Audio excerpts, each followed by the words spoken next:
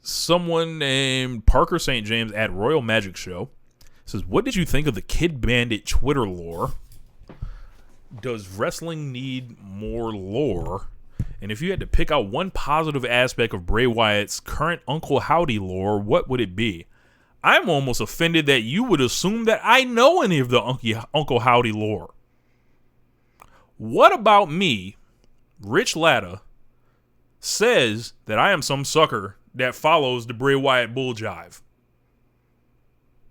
What about me and my audio history since 2013 tells you that I think of Bray Wyatt as anything other than a con artist and a scammer?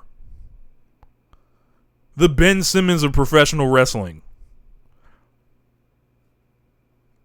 We'll go back to your questions. What do you think of the Kid Bandit Twitter lore? Okay, I was sent something from a friend of mine today that had the Kid Bandit Twitter lore on it. So I'm going to read it off for people that have not heard it, right? And I don't really know what I think of it yet, but maybe I will get a thought here. So let's find Kid Bandit's lore here. Going through a lot of stuff here. Make sure you get your merch. Okay, I got it right here.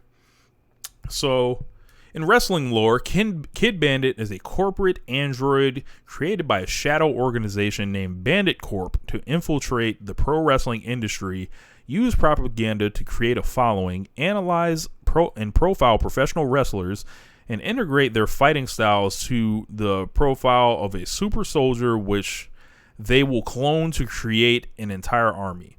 Every big name in the wrestling world that she's ever interacted was by design because Bandit Corp was trying to analyze them. She wasn't designed to win, she was designed to lose and record data. However, the program that was inside the android and data that got corrupted during its confrontation with Malachi Black, it broke free of the original programming and is now a rogue AI in the digital space and leading the resistance against Bandit Corp via sabotaging the corporation's propaganda. Their old body has now been repurposed by Bandit Corp to hunt down the old program, their associates, and the resistance she's building.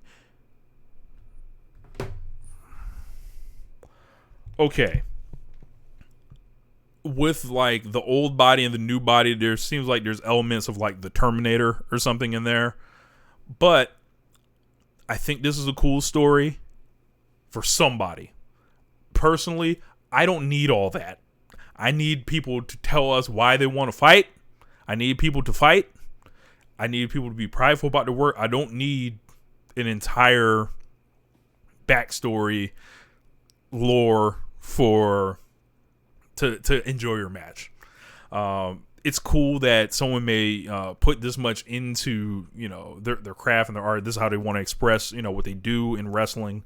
Not gonna bang on them for that. It's a little out there, but you know, if you want to come up with a way to cover for all the matches that you actually lose, right, and enough people get into it, sure. I don't think this is any worse than any of the Bray Wyatt stuff, honestly. Wrestling, and to his other question, he says, does wrestling need more lore? I think wrestling needs more logical, like, reasons to invest in people rather than, I think people need to be believed in more. Like, I think they need to take advantage more of all the tools they have, like social media. Say what you want about Kid Bandit. Kid Bandit is trying to reach like a certain type of fan, right?